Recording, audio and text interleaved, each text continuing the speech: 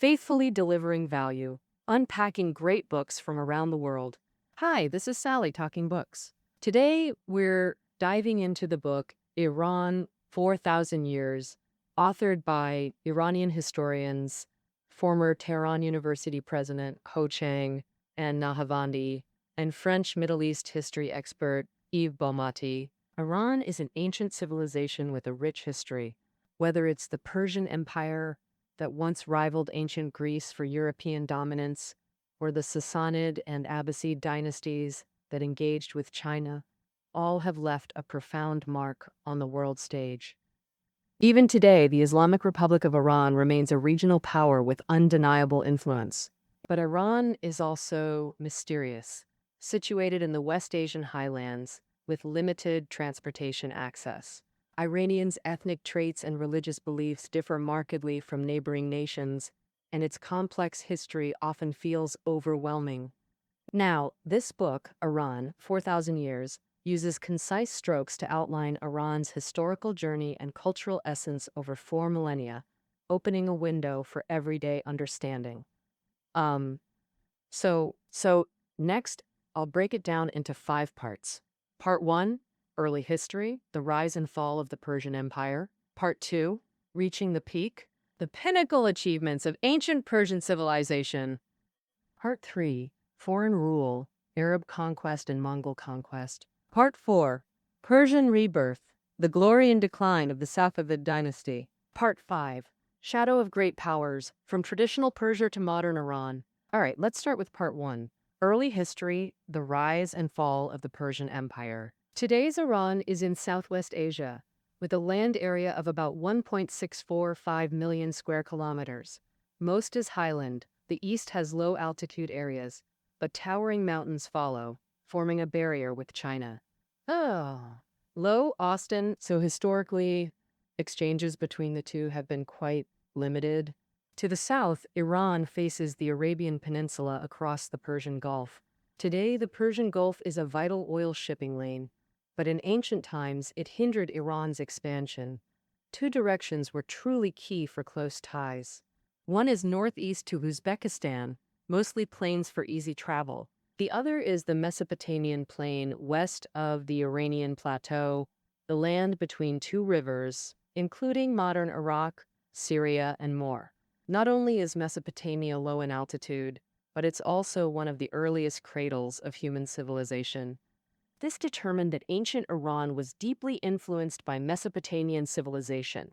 About 4,000 years ago, a tribe settled in the southern part of the Iranian plateau. The area they inhabited is collectively called Elam, meaning highlands and mountains. So this tribe was called the Elamites, and their farming techniques and bronze-making skills had distinct Mesopotamian characteristics. Archaeologists infer that the Elamites originated in Mesopotamia. From this perspective, Elamite civilization was an extension of Mesopotamian civilization on the Iranian plateau. Of course, this extension wasn't always peaceful. Ancient Mesopotamia saw the rise of powerful states like the Sumerian, Assyrian, and Babylonian empires. As a neighbor, Elam often suffered invasions, and it would ally with one side to attack another. Wars drained its strength, making the Elamites weaker and weaker. Ultimately, the Aryans delivered the fatal blow. Aryans is a broad term for Indo-European speaking groups. They were originally distributed in the northern steppes of Asia, starting to migrate south around 2000 BC. By around 1000 BC, Aryans flooded into the Iranian plateau, gradually displacing the Elamites, who vanished into history. The Aryans became masters of the Iranian plateau, calling this place Aryan, which later evolved into Iran. So, even today, Iranians consider themselves descendants of Aryans. However, Aryans weren't a modern nation. They soon split into many tribes, one of which called themselves Persians. In what is now southwestern Iran, near the Persian Gulf, they established a small kingdom. In 559 BC, Cyrus of the Achaemenid family became the Persian monarch. Cyrus was decisive by nature, brave in battle, and quickly conquered neighboring small states. In 539 BC, he led his army westward and, with lightning speed, overthrew the new Babylonian kingdom, the largest state in Mesopotamia at the time. And on this foundation, Cyrus established the Persian Empire, also known as the Achaemenid Dynasty. As Iran's first clearly documented monarch, Cyrus left behind two legacies. First, he preliminarily established an administrative system. Whenever Cyrus conquered a place, he set up a province and appointed Persian nobles as governors. By the time of his death, the Persian Empire had 20 provinces covering vast areas including modern Iran, Iraq, Syria, and more. Of course, specifically regarding central control over local regions, Cyrus's era was relatively lenient. Governors held administrative, fiscal, and judicial powers over a province and could command troops, though appointing generals required Cyrus's approval. As long as governors submitted, Cyrus wouldn't interfere in local affairs. From this perspective, the Persian Empire resembled more of an aristocratic federation without absolute central authority. No wonder Cyrus titled himself not as emperor but as the King of Kings, the highest among many rulers. Now, Cyrus's second legacy, a tolerant ethnic policy. Before the Persian Empire, warfare in Mesopotamia was brutal, whether Assyria or Babylon. Destroying cities, massacring ethnic groups, and eradicating cultures were commonplace.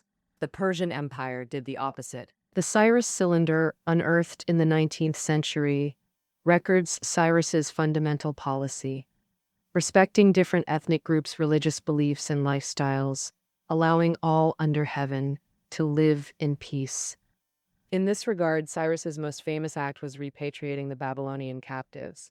Back then, Babylon conquered the Jewish kingdom and took captives, historically called the Babylonian captivity. After conquering Babylon, Cyrus permitted Jews to return to their homeland, earning their deep gratitude. The Old Testament contains numerous praises for Cyrus. In 530 BCE, Cyrus died of illness, and heir Cambyses succeeded him. He conquered Egypt, extending the empire into Africa. However, during the return journey, Cambyses died mysteriously, and military commander Darius I, Cyrus's nephew, ascended the throne with noble support. The incident was so suspicious that many historians suspect a coup, though Darius I was indeed highly capable. During his 35-year reign, he brought the Persian Empire to its zenith, mainly in two aspects: strengthening central power and territorial expansion. First, strengthening central power, Darius I. Shortly after taking power, some governors rebelled while he was consolidating control, but were mercilessly crushed. Darius I then reshuffled positions, replacing all provincial governors with his own men. Simultaneously, he mandated provinces pay regular tributes and placed finances under central oversight. These measures strengthened central authority, enabling Darius I to mobilize more resources than Cyrus, laying material foundations for expansion. Under Darius I's leadership, the Persian Empire campaigned in all directions. Eastward, conquering modern Afghanistan and Pakistan, northward taking Turkmenistan and Georgia, Armenia pushed as far as Ukraine, sweeping westward into Turkey. The Persian army even crossed the Dardanelles Strait, advancing toward the heart of Europe. This expansion increased imperial provinces from 20 to 30, with total area reaching about 10 million square kilometers. If under Cyrus the Persian Empire dominated West Asia, Darius I forged it into a transcontinental empire spanning Europe, Asia, and Africa. Humanity's first world empire. But expansion always has its limits. Precisely at the Asia-Europe junction, the Persian Empire met resistance. In 495 BCE, Persian forces clashed with Greek allies at Marathon, northeast of Athens, represented by city-states like Athens and Sparta. After Persian defeat and considering overextended supply lines, Darius I abandoned plans to conquer Greece. Years later, his successor Xerxes invaded again, but Greece prevailed, twice saving itself through the Greco-Persian Wars. Western histories dramatically portray this as if the Persian Empire was permanently crippled, though actually just a minor setback, far from debilitating. For 140 plus years afterward, Persia remained an undeniable power east of Greece, often exploiting Greek civil wars. This hegemony lasted until encountering an exceptionally formidable opponent, Macedonia, a small northeastern Greek city-state, strengthened through reforms. By Alexander's succession, it had conquered Athens or Sparta, unified Greece, and turned eastward. In 334 BCE, Alexander launched his eastern campaign. With brilliant tactics, conquest momentum, Alexander won relentlessly, drove Persian Emperor Darius III to death, annexed Persia, making Macedonia another three-continent empire. Yet this imperial glory proved ephemeral. After Alexander's 323 BCE death, the Macedonian Empire fragmented, and our story advances to part 2. Reaching the peak. Ancient Persia's zenith. Post-Alexander, his generals divided Macedonia. General Seleucus established the Seleucid dynasty across Mesopotamia, Iranian Plateau, and Central Asia. Territorially, Seleucid remained imperial but focused on Mesopotamia with weak Iranian control, creating opportunity for the Parthians. Like the Persians, the Parthians also emerged from the Aryans. They were active in northeastern Iran, extending their influence to modern Turkmenistan and Afghanistan. So, on Lades, in 247 BCE, Parthian leader Arsaces emulated Cyrus, founder of the Persian Empire, proclaiming himself King of Kings, marking the Parthian dynasty's formal challenge to the Seleucids. Thereafter, Parthia adopted a nibbling strategy, patiently advancing westward over a century, gradually swallowing Mesopotamia as the Seleucid dynasty faded. Then Parthia collided with ancient Rome. Rome was then in its late Republic era, with triumvirs Caesar, Pompey, and Crassus locked in power struggles. To boost his political capital, triumvir Crassus attempted to seize fertile Mesopotamia from Parthia. In 54 BCE, Crassus led 7 Roman legions, 50,000 men, against Parthia in Syria. Unfamiliar with the terrain, Romans were annihilated. Crassus's head severed. Parthia sent Rome a clear message. Mess with us? Not so easy. This battle kicked off centuries of Parthian-Roman rivalry. Their 200-plus-year Syria conflict yielded little gain for Rome, but drained Parthia's strength and destabilized it internally. And by its late reign, rebellions erupted everywhere, especially in southwestern Fars, where Persian nobles of the Sasanian family led separatists, severely threatening Parthia. In 224 CE, Sasanian leader Ardashir killed the last Parthian king, seized all territories, and founded the Sasanian dynasty. The Sasanian dynasty lasted 420-plus years. At its peak, centered on Iranian Plateau and Mesopotamia, it ruled over 5.6 million square kilometers, truly imperial. Sasanian monarchs claimed Persian imperial legacy, calling themselves King of Kings. Hence, historians call it the Second Persian Empire. Scholars widely consider this period ancient Persia's cultural zenith, highlighted by Zoroastrianism and Manichaeism flourishing. Zoroastrianism, originally Persian, emerged in 6th century BCE, founded by Persian prophet Zoroaster. Its doctrine teaches 2 cosmic forces, the god of light, representing justice or order, versus the god of darkness, evil or chaos. They battle until light prevails, transforming Earth into paradise. In this process, humanity should follow the light and combat darkness. Thus, Zoroastrianism reveres all things symbolizing light, like fire and the sun. It developed fire-worshipping rituals, hence commonly called the fire-worshipping religion. During the Persian Empire, rulers established Zoroastrianism as the state religion to unite people, spreading it widely. Modern scholars believe Zoroastrianism influenced both Judaism and Christianity. Christianity's narrative of God battling Satan stems from Zoroastrian dualism of light versus dark deities. With the Persian Empire's destruction, Zoroastrianism declined. However, after the Sasanian dynasty's founding, Zoroastrianism was reinstated as the state religion.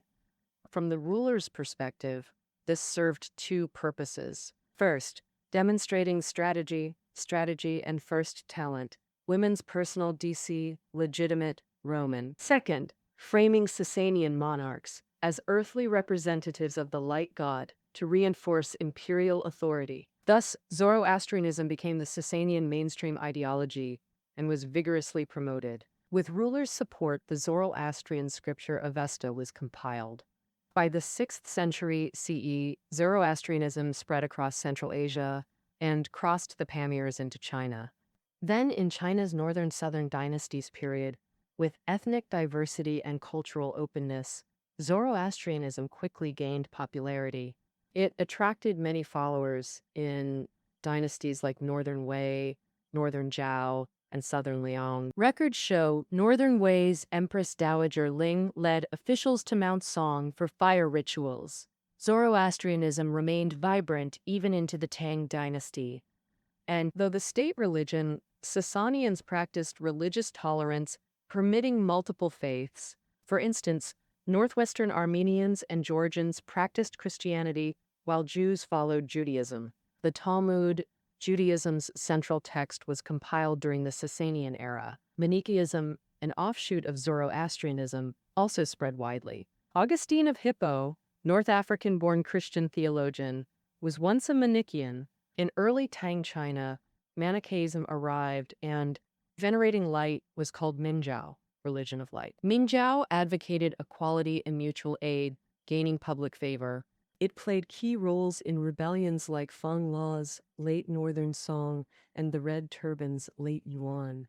Beyond religion, the Sasanians achieved brilliance in literature, painting, music, and architecture. So to this day, Iranians still take pride in the Sasanians. Sadly, such a powerful empire couldn't escape the destiny of decline after prosperity, and this transformation was far more profound than a mere dynastic change. It would profoundly alter Iran's historical trajectory and cultural fabric. Part 3. Foreign Rule, Arab and Mongol Conquests. I'll now recount this transformation. The Sasanians faced similar external challenges as the Parthians, constant conflicts with Western neighbors. But while Parthians fought Rome, during Sasanian times, Rome had split. The Eastern Roman Empire, Byzantium, became their primary foe. Sasanian-Byzantine territorial wars halted trade, destroyed cities, and wasted farmland, mutually debilitating both empires and rapidly draining their strength. This ironically allowed a third force, the Arabs, to rise opportunistically. In the early 7th century, once tribal Arabs were unified by Islam into a potent political and military force. By 632 CE, they had largely unified the Arabian Peninsula and began outward expansion. With astonishing combat prowess, Arabs nearly annihilated Byzantium. The Sasanians fared even worse. From 637 to 651 CE, under relentless Arab assault, the Sasanian capital fell, its monarch killed, ending the dynasty. On Sasanian ruins, Arabs established the Umayyad and Abbasid dynasties. First, the Umayyads, named after Arab leader Muawiyah, hailing from the Umayyad clan, he campaigned relentlessly, conquering Sasanian lands, seizing Byzantine territories in the Middle East, pushing into North Africa, crossing Gibraltar to capture Spain. Through these conquests, the Umayyads became another three-continent empire, with Islam spreading alongside their expansion. From southern Europe, North Africa to West Central Asia and the Indus Valley, Islamization surged, Iran included. People abandoned Zoroastrianism, Manichaeism, or Christianity for Islam, radically altering Iran's religious demographics. While successful in expansion and spreading Islam, the Umayyads failed spectacularly at governance. There were two reasons. First, immense wealth from expansion made the ruling class indulge in pleasure and rapidly corrupt. Second, the Umayyads excessively favored Arabs at Persian expense, even banning Persian language publicly, sparking continuous Persian rebellions that severely destabilized them. Amid this turmoil, Arab noble Abu al-Abbas allied with Persians to seize power. From 750 to 1258 CE, The Abbasid dynasty spanned 500 plus years, Iran's longest ruling regime. So what was their secret? I'll summarize two keys. First, empowering Persians. While Arabs excelled militarily, their governance skills were lacking, a weakness that doomed the Umayyads. In contrast, Persians had accumulated rich administrative expertise since Persian Empire times. Recognizing this, the Abbasids promoted Persians to office, tasking them with building the bureaucracy. Gradually, Persians dominated the administration, binding their fate to the dynasty, becoming its staunchest supporters. Second, easing social tensions. The Abbasid realm was vast, not just Arabs or Persians, but Armenians, Turks, Egyptians too. Cultural or religious differences and historical grievances made governance extremely challenging. For example, Islam had split into Sunni and Shia sects. Abbasid rulers were Sunni, yet many subjects were Shia. Rulers adopted a dual strategy, containing Shia power while allowing space to avoid escalation, fostering social tolerance. Coupled with promoting culture and science, this sparked an Abbasid cultural renaissance. The book's author calls it the Islamic Renaissance, producing endless streams of writers, philosophers, artists, mathematicians, architects. Many were polymaths, undisputed masters across multiple fields. Take Persian noble al-Biruni, master of math, medicine, astronomy, logic, hailed as an encyclopedic scholar. Another Persian noble, Omar Khayyam, proposed a heliocentric solar system model mid-11th century, 400 plus years before Copernicus. Khayyam was also a poet who created numerous quatrains. These poems are elegantly written and rich in philosophy. Mid-19th century, Khayyam's quatrains were translated into English as the Rubaiyat, sweeping through Europe and America. In 1922, Glo Moro translated the Rubaiyat into Chinese, allowing Chinese readers to appreciate Iranian literary beauty. Yet, cultural prosperity couldn't stop the dynasty's decline. In truth, during Khayyam's time, the Abbasid dynasty was already declining. Central authority weakened, regional powers rose, and independent regimes emerged across southern Europe, North Africa, and Central Asia. And by late 12th century, the Abbasids held only the Iranian plateau and Mesopotamia, less than one-third their peak territory. More terrifyingly, a storm sweeping Eurasia was brewing, the Mongol invasions. In early 13th century, Genghis Khan unified Mongol tribes to establish the Mongol Empire. From 1219 onward, over 40 years, Genghis and descendants launched 3 massive Western campaigns. Mongol cavalry ravaged Central or West Asia, destroying cities and massacring populations. Silk Road strongholds like Bukhara, Samarkand, and Herat suffered devastating blows. The Abbasids couldn't withstand them, retreating step by step. In 1258, Hulagu, Genghis Khan's grandson, besieged Baghdad. The last caliph surrendered. Mongols wrapped him in a carpet and trampled him with horses. Other royals were slaughtered too. The Abbasid dynasty was utterly extinguished. Hulagu founded the Ilkhanate, which lasted barely 70 years. With limited culture, Mongols barely influenced Persian civilization. Its sole legacy was relocating the political center back to Iran. Previously, Sasanian, Umayyad, and Abbasid dynasties placed capitals in Mesopotamia to exploit wealth and control territories. The Ilkhanate instead made Tabriz, in northwestern Iran, its capital. Easily defensible, yet accessible, it became a crucial east-west trade junction. Thereafter, all Iranian rulers kept capitals within Iran proper. Later Ilkhanate years saw political chaos and crises, with Turks and Turkmens conquering the Iranian plateau. But such rules were fleeting. Regimes changed like a revolving door, tormenting people who increasingly yearned for unity and stability. A new dynasty was about to rise. The core theme of Part 4, Persian Rebirth, the glory and decline of the Safavid dynasty. The dawn of unification appeared in modern Iran's northwestern East Azerbaijan province. From the late 13th century, the local Persian noble Safavid family controlled this region. The Safavids were Shia Muslims with intense religious devotion. They believed overthrowing foreign rule and unifying Iran was a divine mission from Allah, and Iran's fragmentation actually facilitated this grand goal. After a century of warfare, the Safavids gradually conquered modern Iran, most of Iraq, Turkmenistan, Afghanistan, etc. by 1501. Safavid leader Ismail declared himself Shah, meaning emperor in Persian.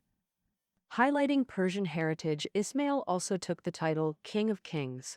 The Safavid dynasty began, lasting 230-plus years, and produced Abbas the Great, Iran's last formidable monarch.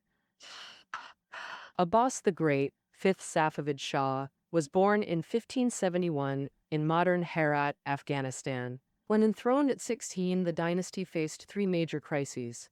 Abbas addressed each systematically, steering the Safavids to their zenith. First crisis: escalating religious conflict.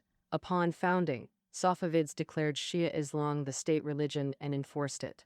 The problem? Religious landscape within Safavid territory was complex. Northwestern Georgians and Armenians were mainly Christians. Eastern Afghans, though Muslim, belonged to the Sunni sect. Additionally, some followed Zoroastrianism, Judaism, or Orthodox Christianity. Forcing Shia Islam in this context inevitably provoked backlash. By Abbas's accession, conflicts were so intense they threatened his rule. Abbas realized coercion wouldn't work and shifted to flexible approaches. He relaxed controls, granting religious minorities space to ease hostilities. Simultaneously, he favored Shias in appointments, education, and funding, letting Shia influence permeate society subtly. This proved remarkably effective. Iran gradually transformed into a Shia nation, remaining so today. The statistics show 90% of Iran's 80 million people are Shia Muslims, Sunni only 10%. All right, let's discuss the second major crisis Abbas the Great faced. Feudal lords challenging central authority. The Safavids unified Iran largely through feudal lord support, especially Turkmen lords who formed the dynasty's core strength. But from a monarch's view, overly powerful feudal lords weakened central authority and threatened the throne. Abbas resolved to eliminate this threat. Where to start? The feudal lord's lifeline: land. Abbas implemented reforms reclaiming vast lands from lords, placing them under direct royal control. This masterstroke undermined feudal power bases, forcing lords into dependence on the crown. Abbas also established a complete bureaucracy to strengthen official management. The book notes Safavid centralization reached ancient Iran's highest level. Finally, how Abbas handled the third crisis: external threats. During his reign, the Ottoman Empire peaked, controlling North Africa, Southeast Europe, Turkey, Iraq, inevitably clashing with Safavids. Under Ottoman military pressure, Abbas had ceded territories including Georgia, Armenia, and East Azerbaijan. Wait, wasn't Safavid capital Tabriz in East Azerbaijan? Sadly, yes, surrendered too. Relocating the capital to Isfahan was humiliating. Abbas vowed to reclaim lost lands. After resolving internal conflicts and centralizing power, Abbas prepared for revenge. The urgent priority: building a powerful army. Learning of Europe's advanced artillery, he hired 50-plus British military advisors to establish foundries and train troops. Soon, he forged a 30,000-strong army equipped with 500 cannons. In 1602, Safavids declared war on the Ottomans. Victory after victory forced the Ottomans to sign the Treaty of Istanbul. Abbas reclaimed all lost territories. Afterward, he seized Iraq too. When Abbas died in 1629, the Safavid realm exceeded 4 million square kilometers, its zenith. For his civil and military achievements, he was honored as the Great. Yet the law of decline after prosperity was about to take effect again. This time, the problem lay in Abbas the Great's changed approach to heir cultivation. The Safavid tradition was sending princes to provinces as governors, gaining experience before selecting successors. Of course, this risked princes colluding with local powers against the central government.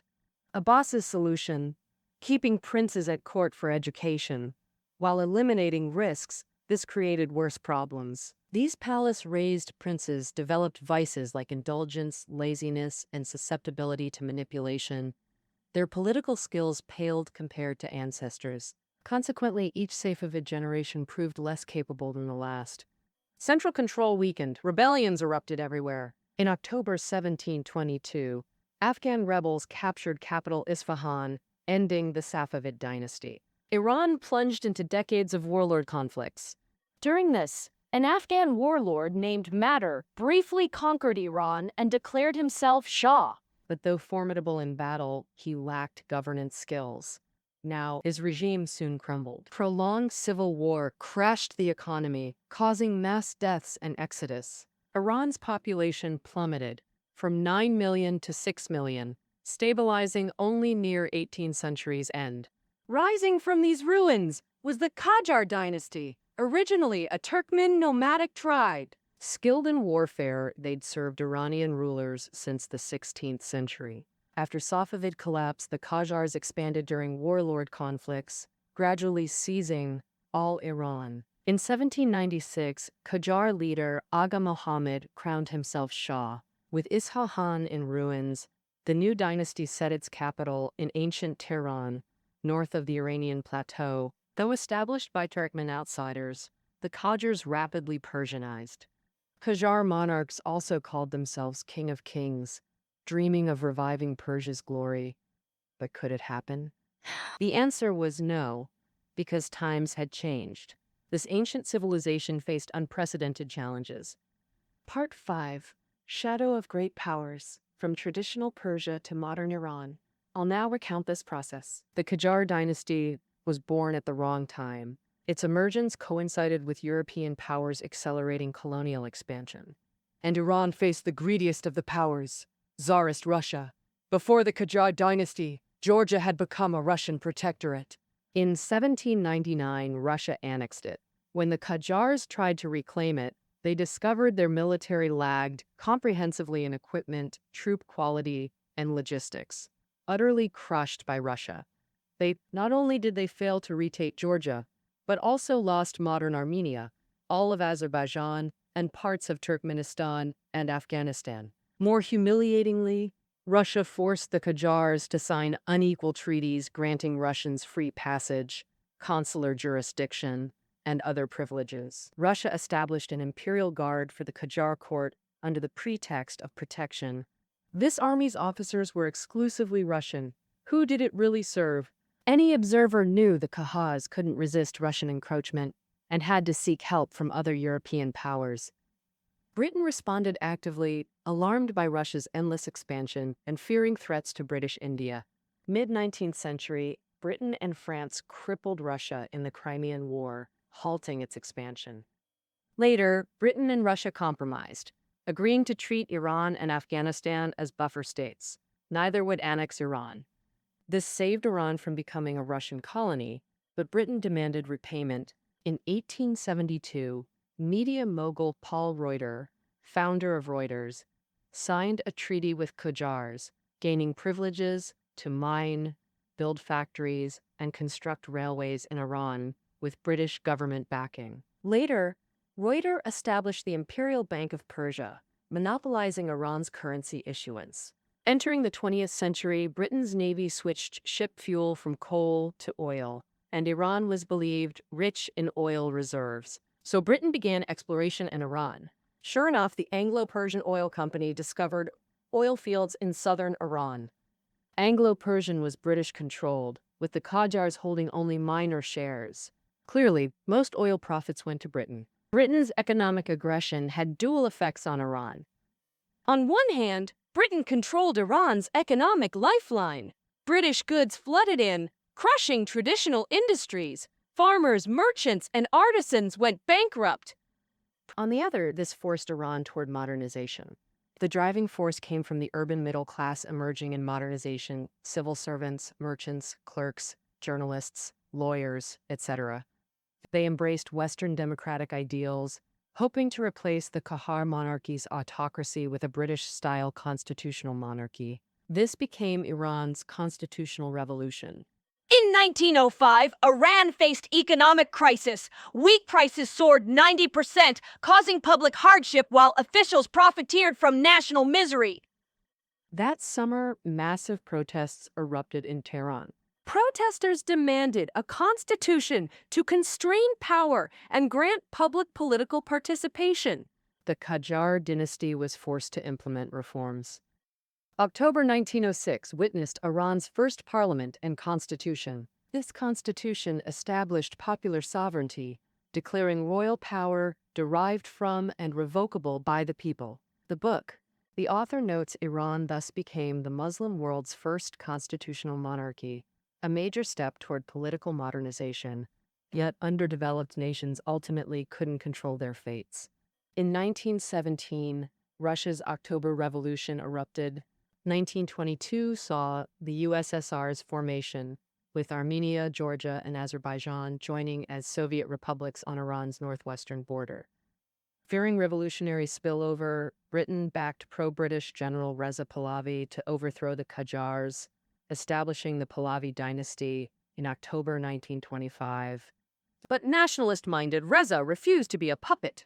After taking power, he pushed reforms, buying European weapons, hiring instructors to modernize the military, building railways and factories, boosting education, founding Tehran University. Reza paid £200,000 to reclaim the Imperial Bank of Persia from Britain, regaining currency control and weakening British financial dominance. In 1933, Reza struck a deal with Britain. 20% of oil profits would go to Britain. This significantly boosted Pahlavi dynasty revenues.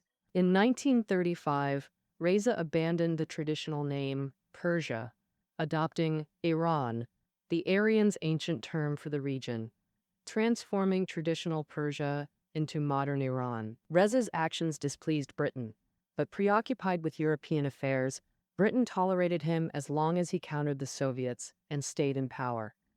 This granted Iran a period of peaceful development. Yet massive shifts in the international landscape once again altered the fate of underdeveloped nations. In 1939, Germany blitzkrieged Poland. World War II began.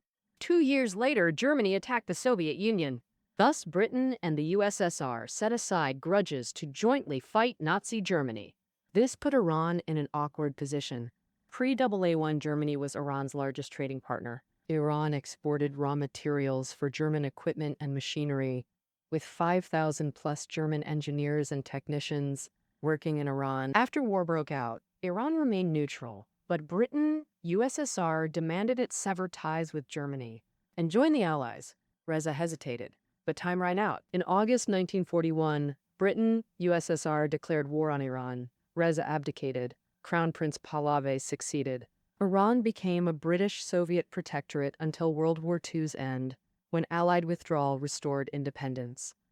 The book notes, despite Reza's fall, he built Iran's industrial base and raised living standards, contributing to national progress. One could say today's Iran, a regionally influential power, owes its foundation to Reza's groundwork. That concludes the book's main content. Finally, the Pahlavi dynasty's end. Reza's son ruled 38 years, continuing reforms. He exploited Britain's decline to nationalize Anglo-Persian oil, making petroleum an economic pillar. But reforms only reached Tehran, Isfahan elites, widening wealth gaps and urban-rural tensions as the economy grew. In 1979, public resistance peaked. Turmoil erupted in Tehran, known as the Islamic Revolution. Pahlavi fled abroad. His dynasty collapsed. Iranians then established the enduring Islamic Republic, a new historical chapter. All right, that's all for Iran. 4,000 years. Reading notes are below the audio. Below the audio. We'll see you next time.